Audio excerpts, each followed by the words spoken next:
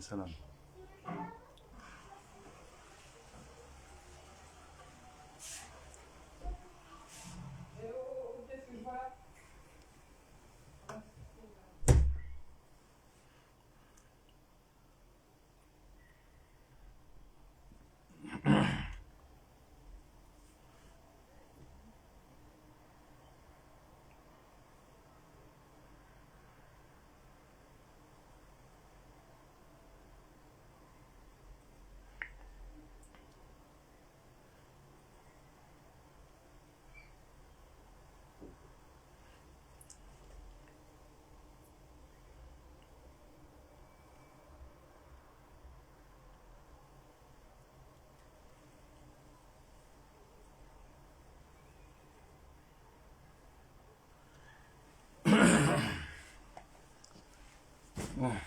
Assalamu alaikum. Inch'Allah, les gens vont arriver, ils vont prendre un cours. أعوذ بالله من الشيطان الرجيم بسم الله الرحمن الرحيم وصلي وسلم وبارك على سيدنا ومولانا محمد وعلى آله وأصحابه والحمد لله رب العالمين اللهم صل على سيدنا محمد الفاتح لما أخلق والخاتم لما سبق ناصر الحق بالحق والهادي إلى صراطك المستقيم وعلى آله حق قدره ومقداره العظيم والحمد لله رب العالمين. Alors après une pause, pas vraiment une pause, c'est juste il y a ce week-end où on n'a pas pu faire de live. La semaine dernière j'étais un peu cassé, j'ai réussi à faire un live. Même moi j'étais, avec le recul j'étais étonné. On va continuer sur les rukn du nikah tels qu'ils sont évoqués dans Muqaddimatul Izziyah de l'imam Abu al-Hassan al-Maliki al-Shadhili, qui est notoirement connu pour l'un des références dans Salah Risala de Ibn Abi Zayd al-Qarwani, Kifaya Talib, très utilisé, très prisé justement dans l'enseignement du cursus maliki. Walhamdulillah, on avait présenté le deuxième rukn qui est as-sadaq. As-sadaq, c'est-à-dire on appelle aussi al-mahr, c'est la dot, ce qu'on traduit souvent par dot, on pourrait traduire aussi par douer, qui, entre autres, il est demandé que ne soit pas exigé dans le contrat l'absence de dot. Pour être concret, il existe des manières de faire des contrats où on va réussir en fait à faire en sorte qu'il n'y ait pas de dot. Exemple, ce qu'on appelle le nikah al-shirar, qui consiste à ce que je dise, écoute, moi j'ai une fille, toi tu as une fille, ce qu'on va faire c'est que je te marie ma fille et toi tu me maries la mienne, tu me maries la tienne. Et on dit que pour chacun la dot serait de, par exemple, de 500 euros. Étant donné qu'il y a un échange, en gros, au final on se donne rien. C'est une manière en fait de faire du mariage shirar, de s'échanger au final les femmes sans avoir à donner de dot. Il y a le mariage shirar qui est on va dire qui est plus sarih, qui est plus clair, qui est plus évident, où la chose va être la suivante, c'est que on va dire textuellement, donne-moi ta fille, je te donne la mienne. Ou donne-moi ta cousine, je te donne la mienne, donne-moi ta soeur, etc., etc. Donne-moi une femme, je te donne une femme, enfin bref. Ces manières de faire qui ne sont pas permises. On avait évoqué des choses importantes à savoir concernant al-sadaq, qui sont importantes. C'est que il y a dans la sadaq, il y a deux aspects. Quelque chose qui relève du droit du hukm d'Allah. À savoir, dans le fiqh, on dit les choses on présente les choses de façon suivante, c'est-à-dire que il y a des choses qui sont inaliénables. On ne peut pas changer ces choses-là dans le droit. Dans la sharia, ce n'est pas possible d'intervenir et de dire ça, non, c'est pas possible. ça on va le retirer. Ou ça, on va... un tel m'a volé. Bon ben, c'est pas grave. Il va pas me rembourser, c'est pas grave.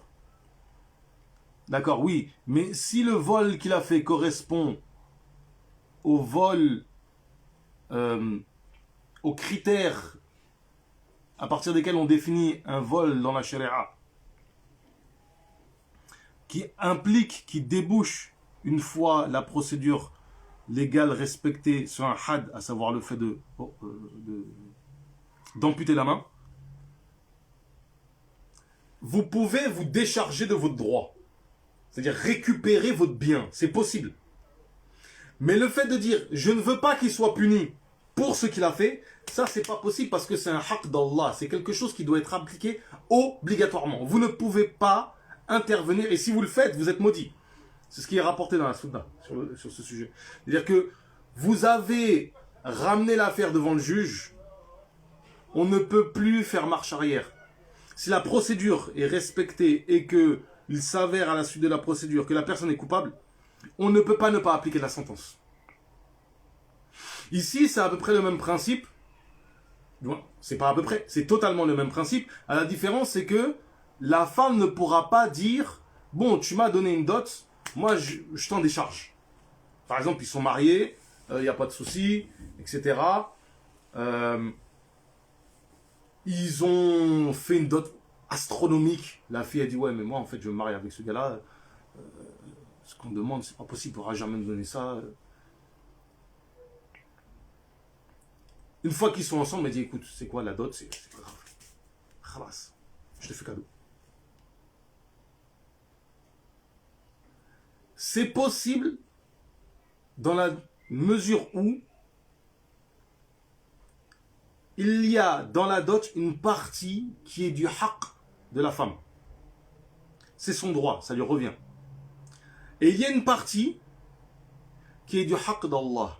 La partie qui est du haqq d'Allah, c'est le minimum légal qui est inscrit dans les kutub du madhab, selon notre compréhension à nous, parce que les autres ne seront pas forcément d'accord, à savoir ربع دينار أو ثلث الدراهم, le quart d'un dinar, ou bien 3 darahim, ou la valeur de cela. C'est intéressant de noter qu'on a fait quelques calculs sur ce que le prophète Mohammed sallallahu alayhi wa sallam a pu donner pour ses femmes.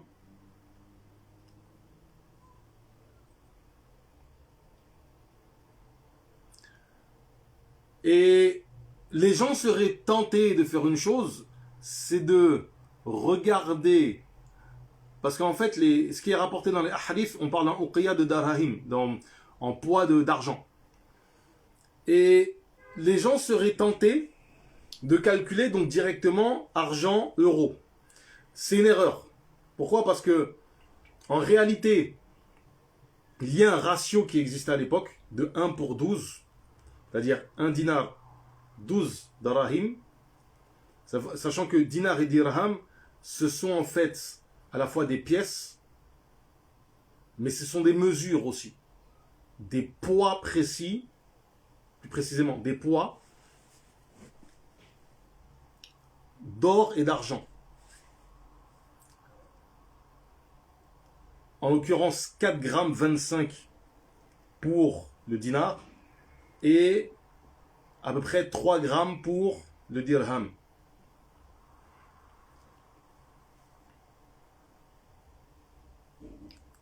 Il y avait un ratio dans le commerce, à l'époque à Médine, sur le marché à Médine, sur la monnaie en cours à Médine. Et ce ratio, c'était donc de 1 pour 12. Ce ratio, c'est lui qui est en vigueur dans toutes les questions qui sont liées au mu'amalat. Là où, dans la zakah, donc une ibada, on est sur 1 pour 10.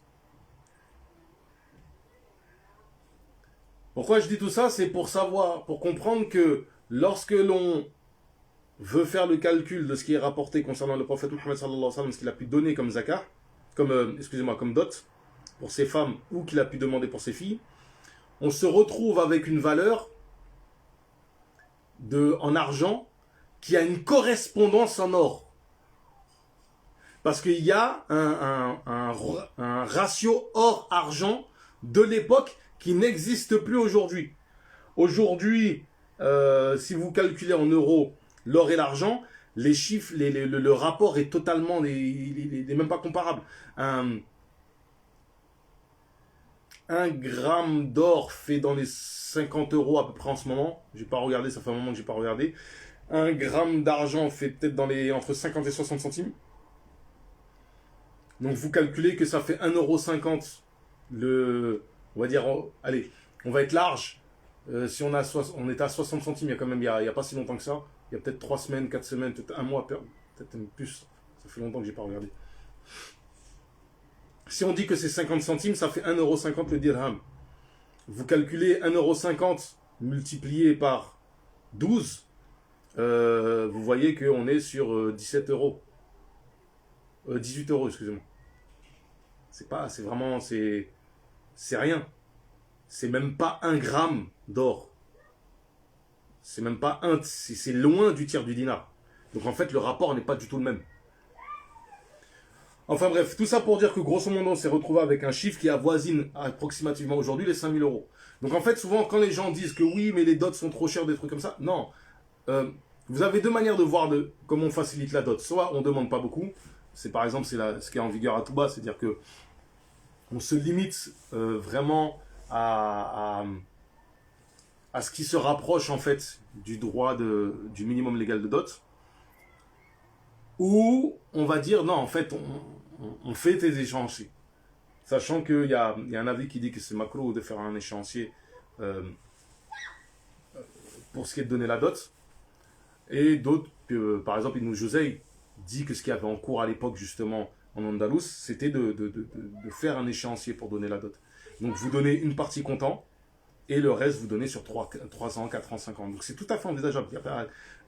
L'idée de faciliter la manière de donner la dot, il n'y a pas de... C'est assez simple, en vérité. Donc il y a un excès qui est de vouloir dire oui, mais il y a eu... C'était un moment comme ça, c'est une espèce de mode de dot de 20 € comme ça qui était en vigueur. Alors, en soi, vous comprenez que si on dit que la valeur de la dot, c'est soit un quart de dinar, ou bien l'équivalent de 3 darahim, là on évalue 3 darahim, on peut être sur 5 € à peu près. Mais il faut bien comprendre que la dot, c'est quelque chose qui a une dimension particulière. C'est presque la valeur de la femme à ce moment-là dans le cadre du mariage. Et il est malheureux aujourd'hui de voir qu'on dévalue cette chose-là. C'est-à-dire que certaines, par excès de piété, c'est même pas de l'excès, c'est du relou. Clairement, oui, non, je veux pas beaucoup. Non, écoute, tu veux être pieuse, d'accord. Demande quelque chose de sérieux. C'est-à-dire quand là, on est dans un contrat. C'est un contrat shari'i. C'est un contrat shari'i. La date limite, c'est celle qui va être déterminée. Parce qu'en fait, la dot, une fois qu'elle est fixée, c'est une dette, ça doit être versé. C'est un contrat. C'est-à-dire que, d'ailleurs, dans beaucoup de mas'ala, la façon dont est traitée cette question du fait de verser la dot, de manière concrète, très concrète, on le dit textuellement lorsqu'on explique Khalil, etc., c'est lorsqu'il y a tel ou tel litige, l'homme a le statut du vendeur et la femme le statut de l'acheteuse. Donc, concrètement, en fait, il y a vraiment... on est face à une question contractuelle. Et les gens qui seraient tentés de faire preuve d'une forme d'ascétisme, qui n'en est pas en vérité. Parce que si on veut vraiment parler d'ascétisme, l'ascétisme, il se base sur la charia. Et donc ici, la charia, nécessairement, indique que là, on est face à un contrat. Et donc la référence, c'est quoi? C'est ce que dit la charia en matière de contrat.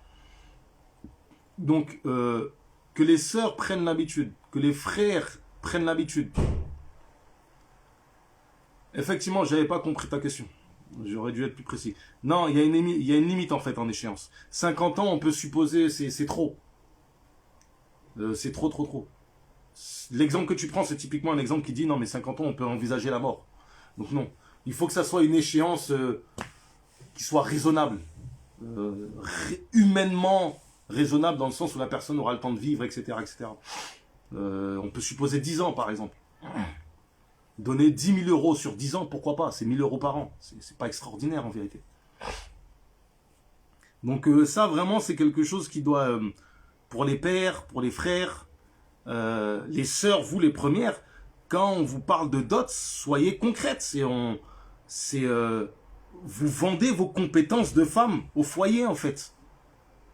Sachant qu'en réalité,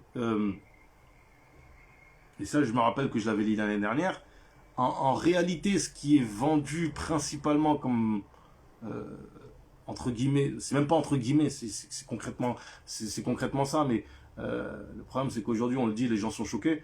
Ce qui est vendu, en fait, c'est la jouissance principalement. Principalement, c'est ça qui est vendu. Et donc, d'ailleurs, l'esprit dans le madhab, c'est le suivant, c'est cette idée, c'est que un rapport, une consommation, ne doit pas être exempt de dot. On considère, il y a plein de cas comme ça où s'il n'a pas eu consommation, si on a rompu le mariage avant, on verra, Inch'Allah, dans les cas peut-être qu'on va évoquer ici, s'il y a eu rupture de mariage avant ou s'il y a eu rupture du mariage après, on verra qu'avant on dit à la femme on lui donne rien, on verra qu'après on lui donne. Pourquoi? Parce qu'il y a eu consommation. Et une consommation ne peut pas être exempt en fait de versement de dot. En fait, pour être plus clair, je me rappelle pas l'avoir évoqué la semaine dernière. Là, on revient sur plus ou moins ce qu'on a dit la semaine dernière sur le rukn du sadaq. Et là, Inch'Allah, on va aborder aussi al-shahada, al-ishhad, le témoignage. Ces deux éléments-là ont une place par rapport au dukhul, par rapport à la consommation, qui sont très importantes. Une femme n'a pas à accepter de rapport tant que la dot n'est pas au moins en début de versement. Une femme n'a pas accepté de rapport tant que l'homme n'a pas commencé à verser la dot. Premièrement, c'est makrouh de consommer le mariage sans qu'il y ait de versement de dot. C'est makrouh de consommer le mariage avant début de versement de dot. Deuxièmement, c'est mandoub pour la femme de se refuser à l'homme tant que l'homme n'a pas commencé à verser la dot. Et maintenant, est-ce que c'est nécessaire que tout soit versé? Non. On peut commencer à verser la dot. Et là, c'est permis en fait d'avoir des... Il y a aucun problème en fait à avoir des rapports.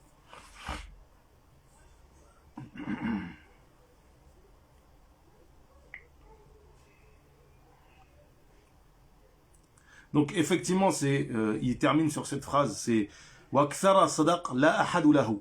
Il n'y a pas de limite à ce qu'on donne comme dot.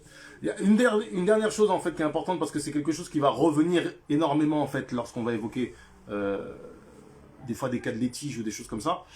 La notion de sadaqun mithl. C'est en fait la dot qui est demandée pour une femme d'une certaine catégorie, habituellement, qui est donnée. Et cela se détermine selon le urf. En France, il n'y a pas vraiment de urf, mais si on voulait peut-être faire un équivalent, on pourrait dire qu'ici, ce qui est habituel, c'est de donner une bague de fiançailles d'une certaine valeur qui, souvent, ça va de 200 à 1500 euros, en fonction, en fait, des situations des gens et des statuts sociaux. Vous allez, je sais pas, dans certaines régions d'Afrique de l'Ouest, ça va être... on va donner en fait l'équivalent d'un bœuf ou de 2 bœufs. Vous avez des régions où, je crois que j'avais lu ça, je crois en Afrique de l'Est, Ou quand vous mariez une femme, vous donnez plusieurs bœufs et puis vous devez offrir une calache, des trucs comme ça. Donc c'est tout à fait... c'est des choses qui sont liées en fait au contexte et qui permettent de déterminer. Mais ces questions de sadaqul mithl est très importante parce qu'elle revient énormément dans beaucoup de questions.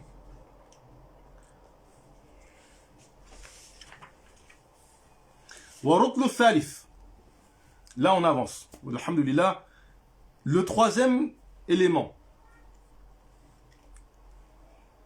du mariage. Al-ishhad. Wa huwa shartun fi sihhati ad-dukhul la fi sihhati al-aqd. Alors effectivement, ici c'est intéressant.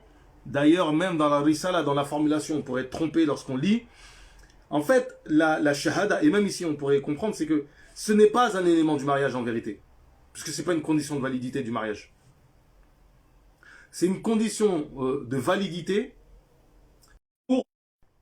C'est-à-dire que le fait qu'il y ait témoignage de contrat, qu'on a pris à témoin des gens pour le contrat, ce n'est pas une obligation chez les Malikis que ça soit fait au moment du contrat, à part un cas exceptionnel. Où cette question-là est évoquée avec, dans le sens apparent, une certaine condition, mais il s'avère que non, en fait, c'est pas du tout conditionné.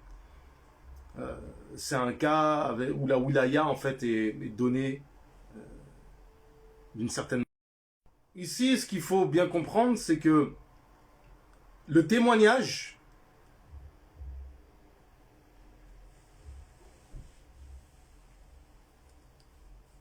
c'est mandoub qu'on prenne des témoins au moment du contrat. C'est mandoub qu'au moment du contrat, on prenne des témoins. Mais qu'il y ait des témoins au moment du contrat n'est pas une obligation, ce n'est pas une condition de validité du contrat.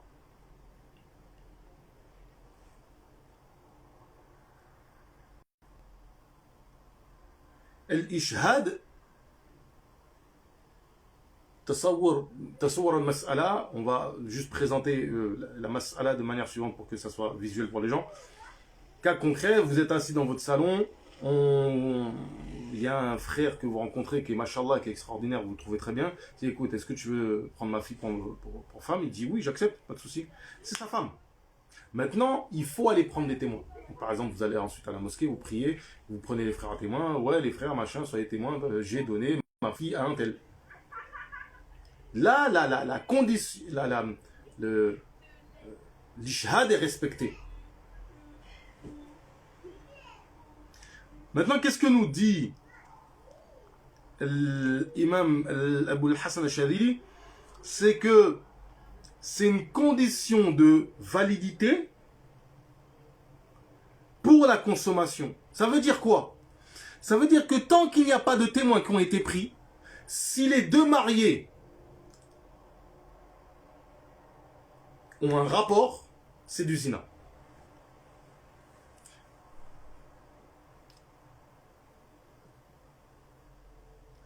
On va développer en fait sur qu'est-ce qui est pris en fait.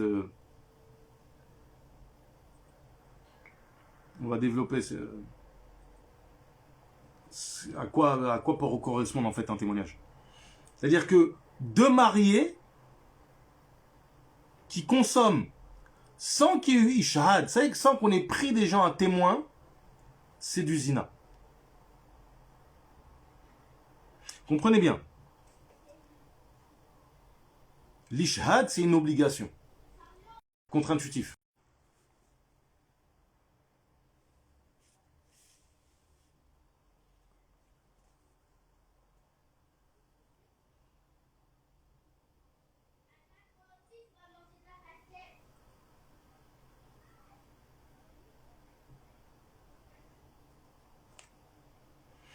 Alors, on fait noter que si on suppose une situation où on n'a pas pris de témoin,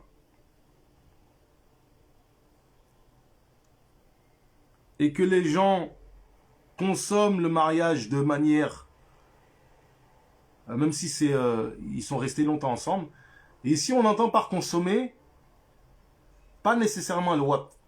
Je rappelle, le wat, c'est la pénétration. Le dukhul, c'est beaucoup plus large. Le fait d'être isolé avec une femme fait partie du dukhul. Parce que vous êtes dans une situation où ce qui était illicite avant, vous pouvez le faire licitement. Sauf là où est-ce qu'on dit il n'y a pas eu de témoins qui ont été pris. Et donc si, justement, il y a une situation de consommation, on rompt le contrat, on rompt le mariage par divorce.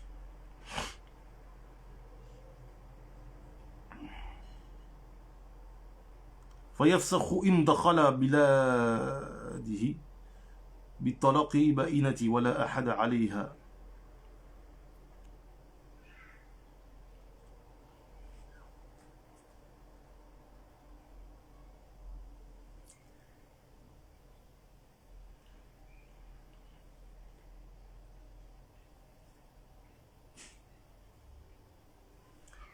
Alors,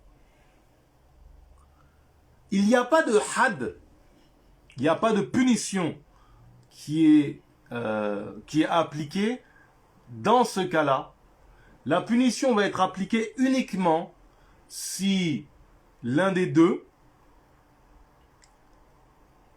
reconnaît le wat, donc lui il va subir le had, l'autre ne prendra pas le had mais sera puni parce que ils n'ont pas consommé le mariage tant qu'il n'y a pas eu de témoignages, on n'a pas pris des gens à témoin. Donc c'est bien, il faut comprendre en fait cette notion-là. Ici il y a une subtilité, c'est que le fait qu'il n'y a pas eu des gens qui ont été pris à témoin, ça implique nécessairement que la consommation est illicite, que s'il y a pénétration c'est du zina. Et on est censé annuler ce mariage-là par divorce, c'est-à-dire qu'on reconnaît qu'il y a eu concrètement un mariage, mais cette consommation n'a pas été faite correctement.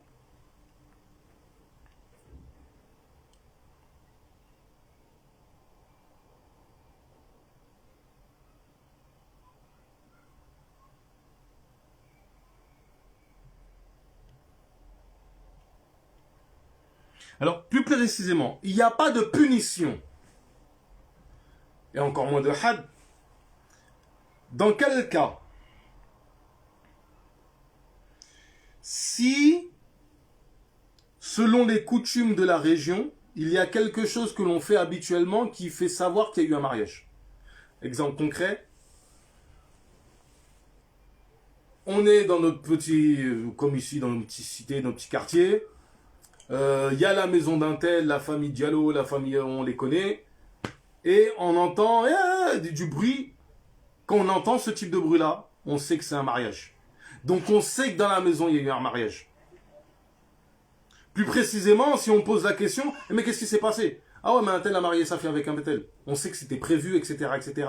Et là, on a une confirmation du acte par un bruit ou par quelque chose. L'exemple qui est pris justement dans les shuruh, dans le sharh ici de Zurqani, c'est l'exemple de la fumée, c'est-à-dire que par exemple, il y a un village là-bas où on a l'habitude de faire sortir une fumée pour faire savoir qu'il y a eu un mariage. Et bien tout ça, ça aura valeur en fait de shahada.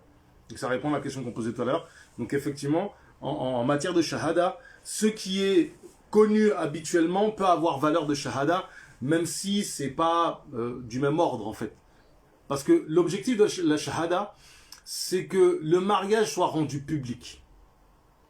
C'est pour ça que si il y a mariage, moi je fais un contrat, ma fille je la marie, et qu'ensuite j'attends une semaine, je fais un repas, tout le monde, etc., une walima, où c'est dit explicitement que c'est une walima, c'est un repas pour le mariage de ma fille avec un tel, c'est un dalil. Ça prouve en fait qu'il y a eu un mariage et que j'ai fait un mariage.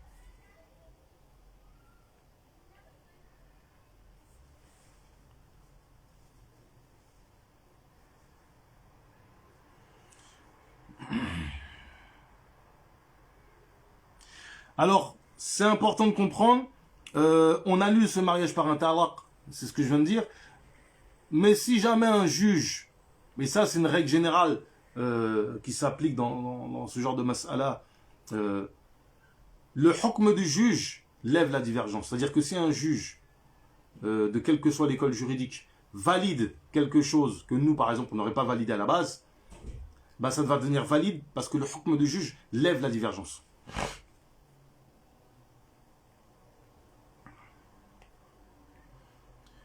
Il y a des questions comme est-ce que les membres de la famille de l'homme ou de la femme peuvent être des témoins?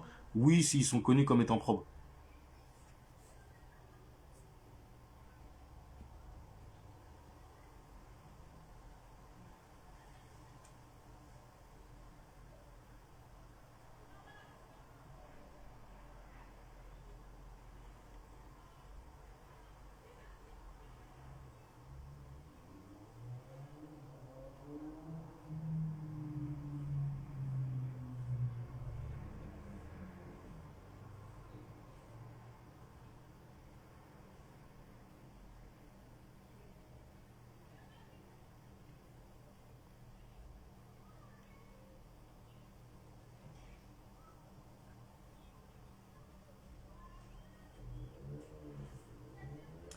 Il y a un détail qui est important à noter.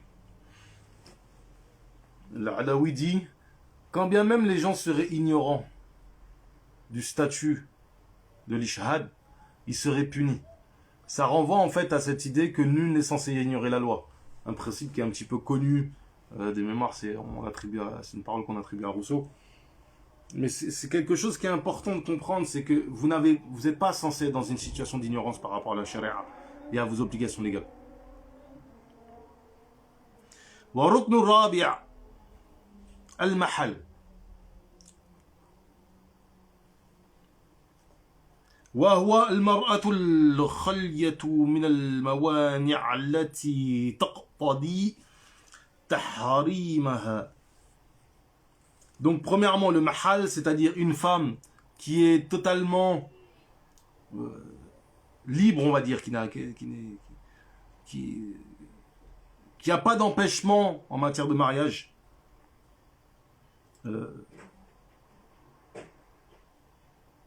D'empêchements légaux, par exemple, c'est pas votre sœur de lait, etc. والزوج ويشترط في زوج شروط الصحة شروط استقرار فشروط الصحة 4. Et pour l'homme, c'est quoi? Il y a quatre éléments qui font que mahal, on va dire, c'est l'endroit. Ici, en l'occurrence, c'est justement,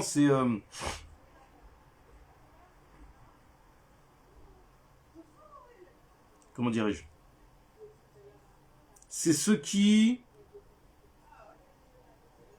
va permettre en fait le mariage, l'élément sur lequel va porter au final le contrat. Donc on a dit que pour les femmes, faut qu'elles soient totalement exemptes de tout ce qui empêche le mariage. Donc vous n'êtes pas de la même femme, vous n'êtes pas frère et sœur, vous n'êtes pas, c'est pas votre nièce, etc. Des choses comme ça. Et pour l'homme, on en a 4. Premièrement, l'islam. L'homme doit nécessairement être musulman. La femme, pas forcément. D'accord, on peut prendre une petite habit comme femme. Un homme doit être musulman. Le mariage des koufars, légalement, en soi, on ne reconnaît pas. On considère qu'il n'est pas valable. Mais il y a une shubha, des choses comme ça. Mais ce qui est considéré comme un mariage chez nous, c'est l'homme musulman qui s'est marié avec une femme avec laquelle il peut se marier.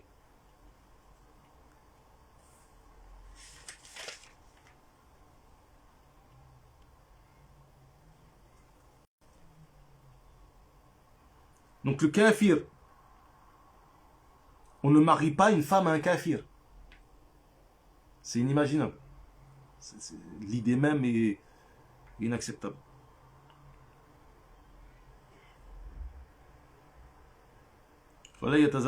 فلا يتزوج الكافر المسلمة والتمييز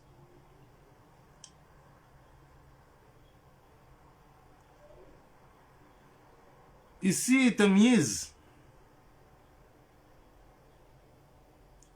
c'est qu'au moment, en fait, la capacité de perception, c'est ça le tamyiz, c'est qu'au moment où le contrat est fait, la personne soit lucide. Même pour un fou, il faudrait qu'à ce moment-là, il soit lucide. C'est-à-dire qu'au moment où le contrat est fait, il soit lucide.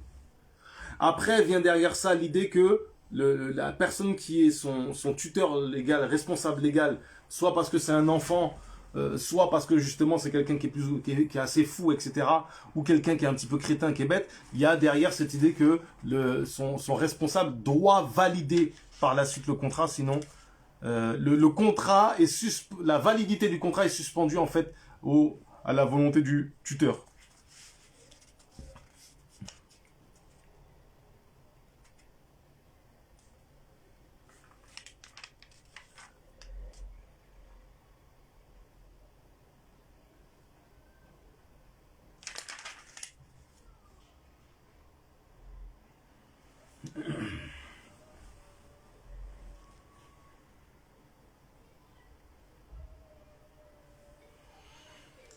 Alors, c'est quand même important de souligner cette question-là, c'est que dans le cas où quelqu'un n'a pas toute sa raison, qui se marie et qui consomme le mariage, qu'est-ce qui se passe? Déjà, avant le mariage, si le mari, le wali, le tuteur légal ne valide pas, on ne marie pas la femme, le contrat n'est pas valable. Mais si le contrat il y a eu dukhul, il y a eu consommation, et bien là, comme je dis, il y a eu consommation, donc on va verser le minimum du contrat de la dot à la femme.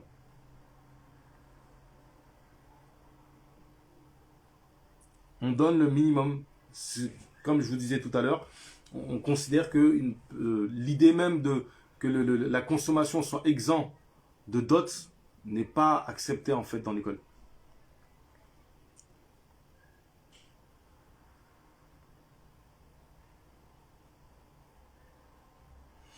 Donc, l'aql, pareil, on ne valide pas le contrat de la personne qui est folle.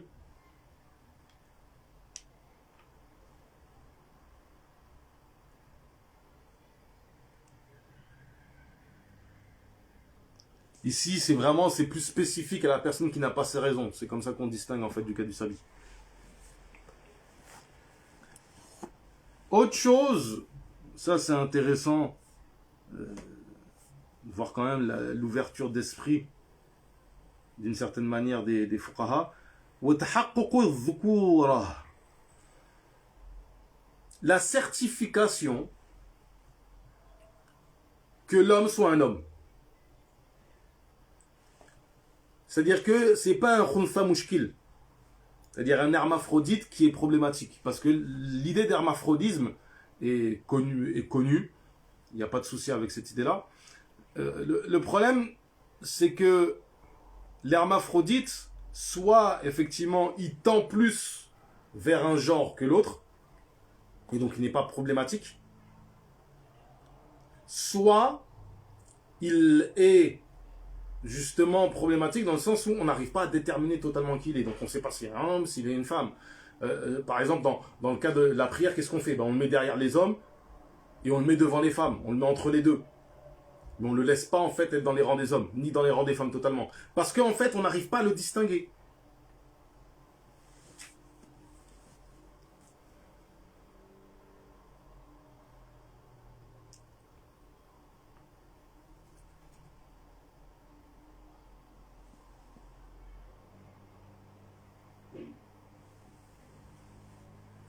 Donc, dans l'école, on n'a pas vraiment tranché. C'est plus, on va trouver chez les Ahnaf ou les Shawafi'a sur cette question des certains avis.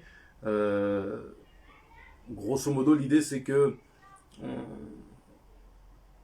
la personne, elle va aller vers ce qu'elle sent être le plus proche. Elle se sent plus homme. Donc, elle va tout simplement être considérée comme un homme. Les Shawafi'a, carrément, manifestement, ils disent qu'en fait, il choisit son conjoint. Mais en tout cas, le cas de l'hermaphrodisme, est quelque chose qui est connu. C'est-à-dire que on ne marie pas celui qui est un khunfa, celui qui est un hermaphrodite.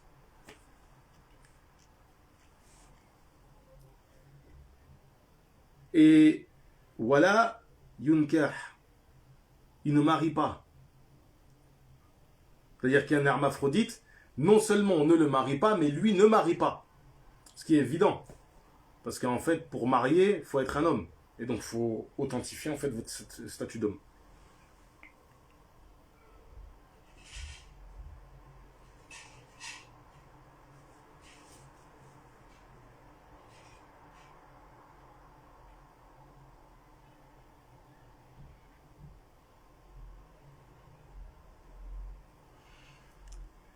وشروط الاستقرار خمسة. Donc les shurut, les conditions qui vont faire qu'elle va être validée au final.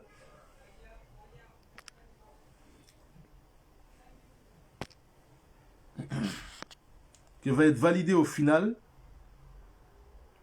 Le contrat. Elles sont 5. Al-hurriya. C'est-à-dire que quelqu'un qui est esclave, qui se marie sans l'autorisation de son maître, il y a un problème, que ce soit l'homme ou la femme. On sait que donc on ne valide pas le mariage d'un esclave s'il n'a pas été validé par son maître. Ici on parle surtout du cas de l'homme. Liberté. Il n'y a pas de mariage du sabi sans la permission de son père, donc celui qui n'est pas encore pubère, ou bien de son wasi, c'est-à-dire de celui qui est le responsable de l'enfant.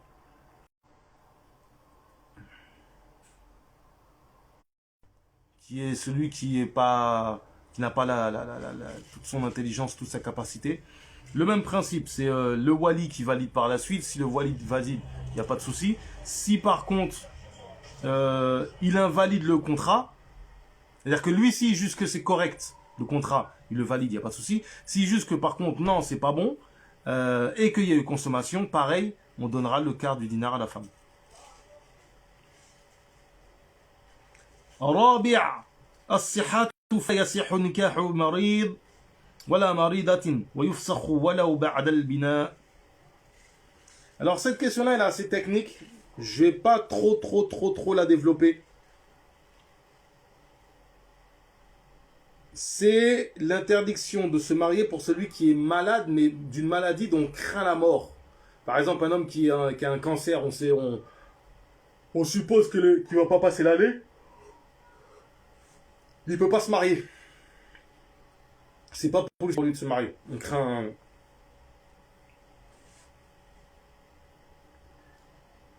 La question qui se pose, c'est par rapport à la dot, comment est-ce que ça va s'opérer? Parce qu'il y a toute une combinaison de situations où, grosso modo, l'idée c'est la suivante, c'est que si on se rend compte que finalement il y a eu mariage, qu'est-ce qui se passe? Ben, normalement, on est censé rompre le mariage avant même la consommation. Maintenant, s'il y a eu consommation, qu'est-ce qu'on fait? S'il y a eu consommation, il y a en fait 3 éléments référentiels. La dot qui a été mentionnée, il y a la dot du mithl, il y a le tiers de l'héritage. Dans tous les cas, en fait, les deux dots, les dots du mithl ou la dot citée ne doivent pas dépasser le tiers de l'héritage, parce qu'en fait, on va faire un lien en disant qu'en se mariant, il a porté atteinte ou il a réduit la part de l'héritage des gens, etc., etc. Donc en fait, il y aura cet élément qui va venir dire que dans telle situation, si on intervient avant la consommation, bon ben là, il y a rien qui va être demandé. Si on intervient après consommation, on va lui donner entre la dot nommée et le tiers et la dot du mithli, ce qui est inférieur, etc., etc., etc. Je ne vais pas plus développer que ça parce que je me replonge la tête point par point dedans. Mais l'idée c'est la suivante, c'est que فإن فصل قبل فلا شيء فيه وبعد أو بعد موتها قبله.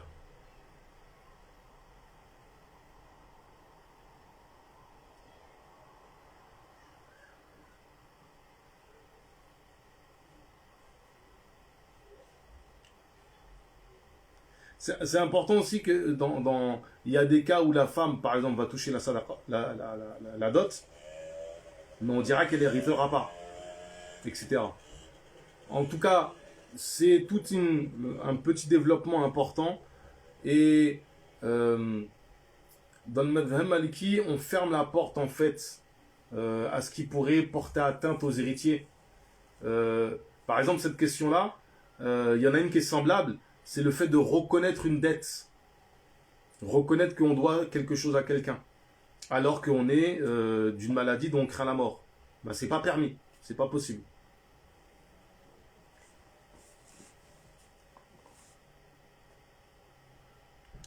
الخامس الكفاءة.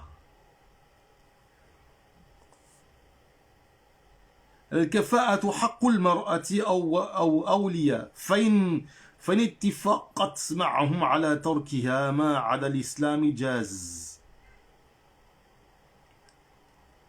Donc la kafa'a, l'équivalence entre la femme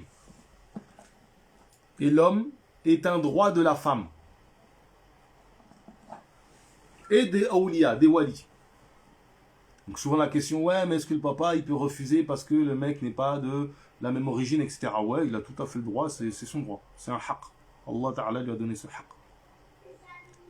S'ils se mettent d'accord ensemble tous pour ne pas respecter la kafa'a, pour ce qui est autre que l'islam, c'est permis. Mais, on reviendra, Inch'Allah, ce week-end dessus. On va beaucoup plus développer. Je prendrai le temps d'avoir des cas concrets. Parce que, par exemple, on ne marie pas une femme à un fasiq, pire un mubtadi'. C'est haram. Parce qu'ici, on est sur le haqq d'Allah. On n'est même pas sur le haqq de la femme. La question se pose, c'est est-ce que l'homme devient dévoyé par la suite? Là, par contre, non, c'est pas possible. Mais c'est tout à fait concevable que un wali mujbir veut marier sa fille avec un fasiq, la mère va porter plainte. Et le juge intervient pour faire annuler le mariage. Donc c'est des cas en fait qui sont tout à fait possibles et envisageables. On reviendra Inch'Allah sur les détails de la kafa'a la semaine prochaine. Parce qu'il y a beaucoup à dire quand même. ربي زدنا علما وعملا وأدبا وفهما وهب لنا يا أكرم في التلاوة خيرا كثيرا منك والحلاوة. اللهم صل على سيدنا محمد الفاتح لما أخلق والخاتم لما سبق ناصر الحق بالحق والهادي إلى صراطك المستقيم وعلى آله حق قدره ومقداره العظيم. سبحان ربك رب العزة عما يصفون والسلام على المرسلين والحمد لله رب العالمين.